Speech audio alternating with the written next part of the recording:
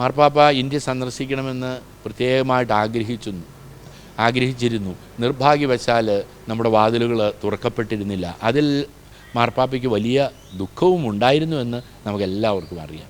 എല്ലാവരും മനുഷ്യരാണ്, അവരെല്ലാവരെയും ഉൾക്കൊള്ളണം. അതിന് വിഭാഗീയത പാടില്ല. യുദ്ധത്തിൽ അവസാനവും മാർപ്പാപ്പ പറയുന്നത് ഗാസയ്ക്ക് വേണ്ടി പ്രാർത്ഥിക്കുന്ന ഒരു മാർപ്പാപ്പയുടെ മുഖം നമുക്കാർക്കാണ് മറക്കാൻ സാധിക്കാത്തത്? അദ്ദേഹം നൽകിയ ഒരു ജീവിത ശൈലി അതെന്നും ശക്തമായിട്ട് സമൂഹത്തിൽ നിലനിൽക്കുകയാണ്. നമുക്ക് വേദനിക്കുന്നവരോടൊപ്പം ദുഃഖിക്കുന്നവരോടൊപ്പം ഉണ്ടായിരിക്കണം.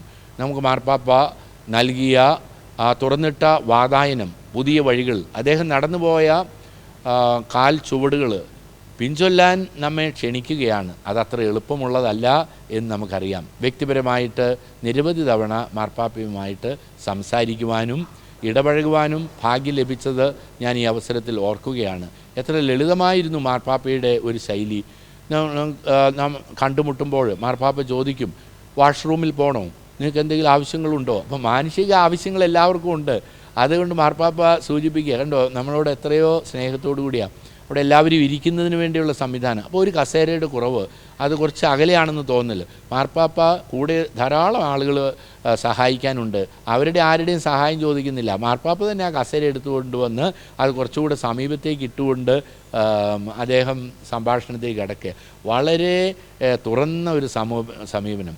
എപ്പോഴും ചിരിച്ചുകൊണ്ട്, വളരെ പുഞ്ചിരിച്ചുകൊണ്ടായിരുന്നു മാർപ്പാപ്പ സമീപിച്ചിരുന്നത്.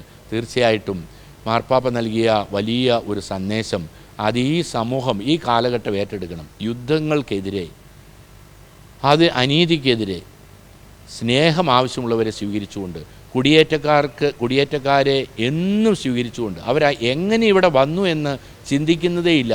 കാരണം അവർ സമൂഹത്തിൽ തഴയപ്പെട്ടവരാണ്. അവർക്ക് വേണ്ടി വാതിൽ തുറന്നു ഇടുക എന്ന് തന്നെ വത്തിക്കാൻ സ്ക്വയറിൽ മനോഹരമായൊരു ചിത്രം തന്നെ അവിടെ രൂപപ്പെടുത്തിയിട്ടുണ്ട്, അവിടെ ക്രമീകരിച്ചിട്ടുണ്ട്.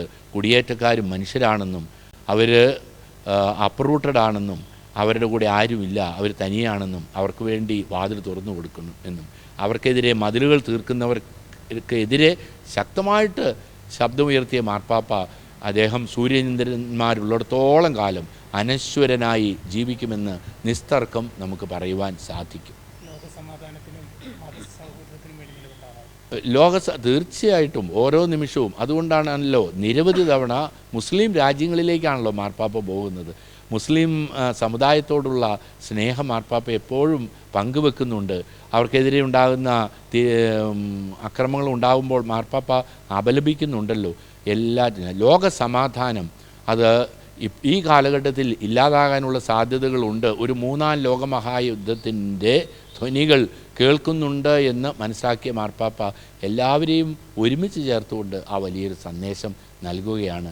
എല്ലാവരും മനുഷ്യരാണ്, മതങ്ങളെന്ന് കരുതി മനുഷ്യരെ വേർതിരിക്കരുത് എന്ന വലിയ സന്ദേശം മാർപ്പാപ്പ ഇന്ത്യ സന്ദർശിക്കണമെന്ന് പ്രത്യേകമായിട്ട് ആഗ്രഹിച്ചിരുന്നു. നിർഭാഗ്യവശാൽ നമ്മുടെ വാതിലുകൾ തുറക്കപ്പെട്ടിരുന്നില്ല. അതിൽ മാർപ്പാപ്പയ്ക്ക് വലിയ ദുഃഖവും ഉണ്ടായിരുന്നുവെന്ന് നമുക്കെല്ലാവർക്കും അറിയാം.